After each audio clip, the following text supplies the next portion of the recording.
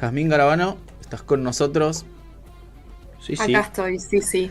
Qué bueno, qué gusto tenerte. Jazmín, periodista, tesista en Relaciones Internacionales, que escribió una nota muy interesante para la agencia y portal de noticias Refugio Latinoamericano sobre la migración china en Argentina. Jazmín, Buenas, ¿cómo va? Bueno, primero que nada, muchísimas gracias por invitarme.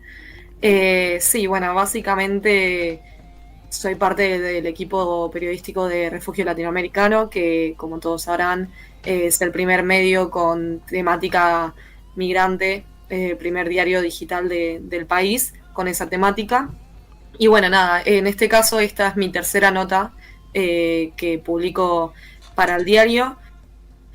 Básicamente la nota, primero que nada, cuando leía acerca y me interiorizaba acerca de la comunidad china en Argentina, notaba mucho esto de que tenían ciertas estrategias para conservar, digamos, la cultura dentro de la comunidad. Me llamaba mucho la atención esto de las escuelas de los sábados, a las cuales envían, digamos, a los hijos de los migrantes chinos en el país para que puedan estudiar chino, para que se interioricen en otras disciplinas que tienen que ver con la cultura china. Entonces, nada, me llamaba muchísimo la atención, sinceramente, eso.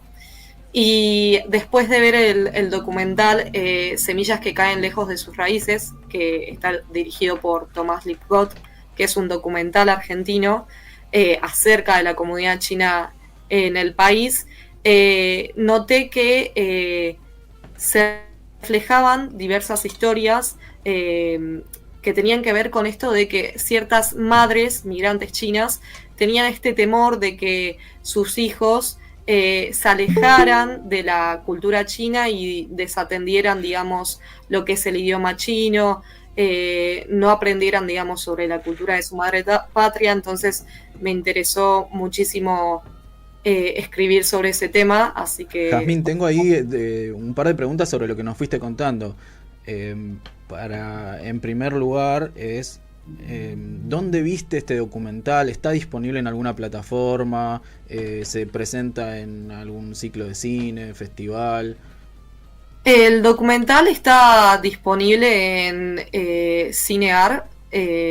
Igualmente yo lo vi, digamos, Gustavo, que es a quien entrevisté precisamente para llevar a cabo esta nota. Él fue parte de la producción de la película y además es una de las historias que se retratan, digamos, en el documental. Él tuvo la amabilidad de pasarme un link donde pudiese ver la película. Si no me confundo, perdón, está en una plataforma paga, pero bueno, eso.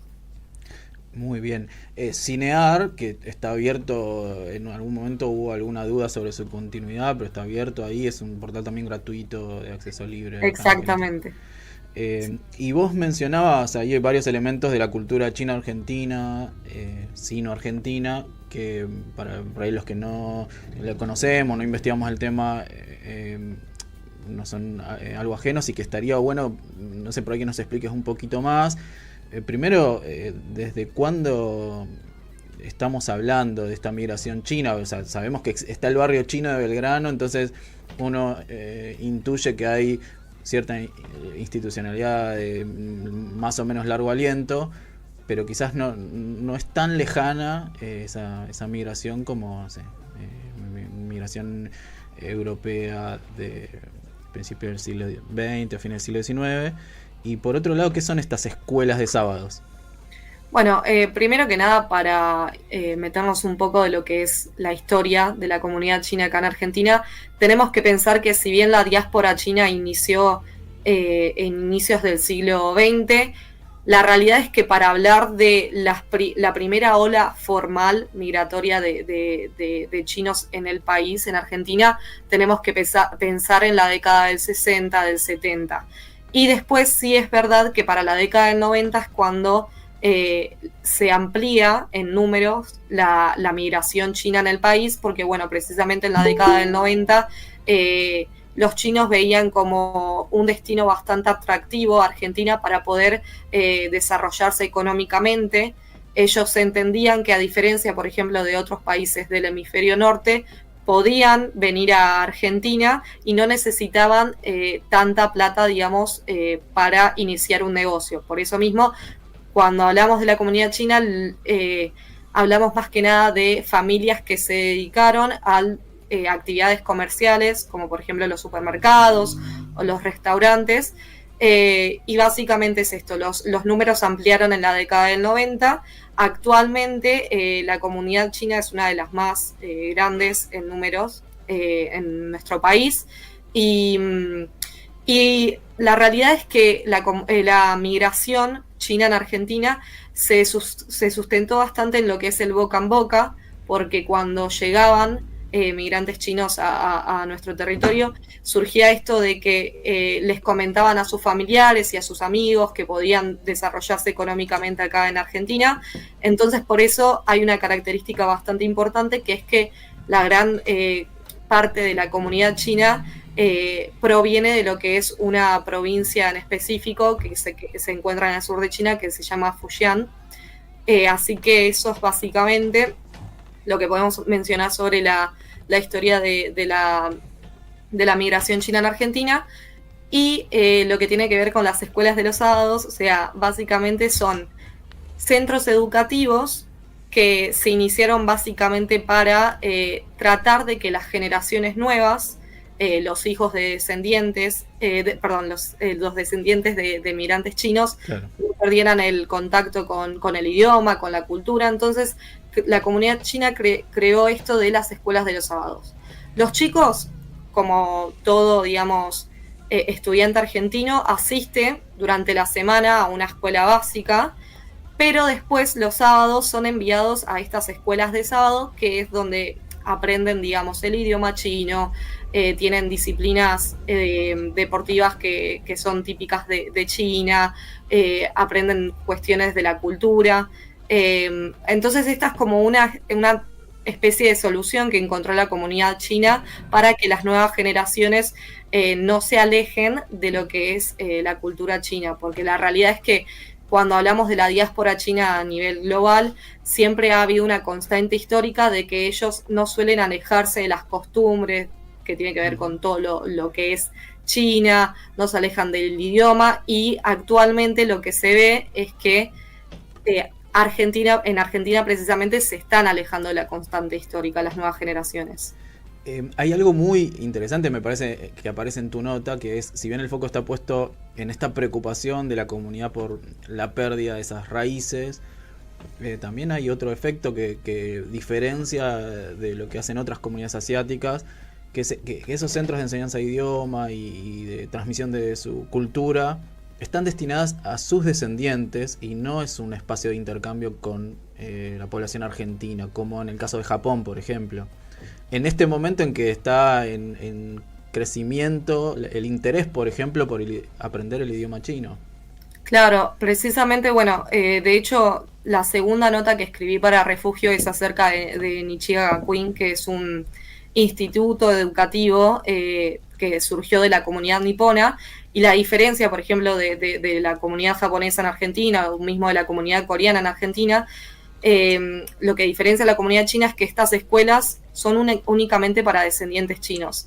Es decir, por ejemplo, a Nichiga Gakuen, si lo ponemos de ejemplo, si yo quiero ir a estudiar japonés, puedo asistir a la escuela. Tienen un terciario también, digamos, abierto a la sociedad en general. Tienen lo que es también la escuela de sábado para aprender el idioma, que puede asistir cualquier persona. Pero en el caso de las escuelas de sábado de la comunidad china, no. Están, digamos, cerradas y únicamente pueden asistir los descendientes. De hecho, algo que surgió durante la entrevista que le hice a Gustavo, es que él me comentaba esto de que cuando pensaba o cuando veía, digamos, a las escuelas de los sábados, no veía obviamente esto de que asistían chicos argentinos no descendientes de migrantes chinos, no asistían, digamos, para aprender el idioma, porque estaba cerrada la posibilidad a la sociedad en general. Y la realidad es que él entendía que para el descendiente de los migrantes chinos es un gran sacrificio asistir a las escuelas de los sábados, porque van desde la mañana hasta la tarde, y entonces él, de hecho, él me dijo: no veo a ningún chico argentino por más de que quiera aprender el idioma, metiéndose en este tipo de escuela de los sábados porque es un gran sacrificio. Claro. No sé si acá hay unas preguntas en la mesa. Ahí respirando, Jessy, creo que te estaba por preguntar algo. El espíritu otaku empieza, ¿no? Le nombramos Japón y se empezó a mover en la silla. Aquí ya mi espíritu de alguna forma asiático. No, yo tengo una consulta y es, por ejemplo, ¿cuál es la relación de estas personas que descienden de los migrantes chinos en el regreso? ¿Hay alguna intención de retorno o se quedan acá también viviendo un poco su argentinidad desde la particularidad china? La realidad es que actualmente nos encontramos con dos realidades. Otra de las soluciones que encontró, digamos, la comunidad china para poder seguir manteniendo viva este interés, contacto de las nuevas generaciones con la cultura china, es enviar a sus niños, o sea, desde que son infantes, a vivir con su familia en China. No lo hacen todas las familias de la comunidad, pero sí es verdad que muchas familias de la comunidad lo hacen. Entonces ahí ya tenés un caso particular de que es varios chicos argentinos apenas nacen, son enviados a China para que vivan con la familia de sus progenitores.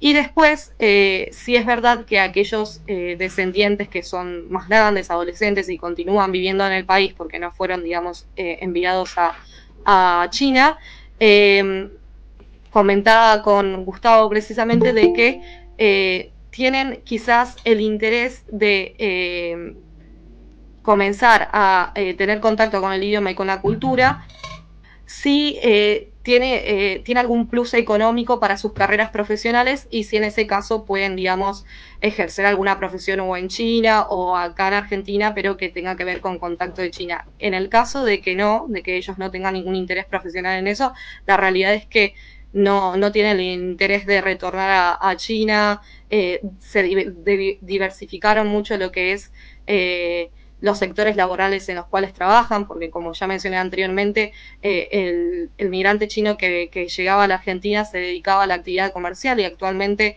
los descendientes trabajan en el sector de la medicina, de ingeniería, muchísimos sectores que no son en específico el comercial.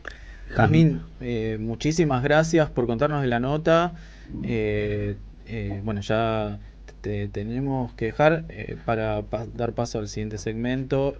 Seguramente vamos a seguir en contacto y pedirte recomendaciones para continuar abordando este tema. Muchísimas gracias por la nota en el portal de Agencia Refugio Latinoamericano y por contarnos hoy. Muchísimas gracias a ustedes por invitarme. Continuamos en contacto, gracias. Chau, chau. Chao. Bueno.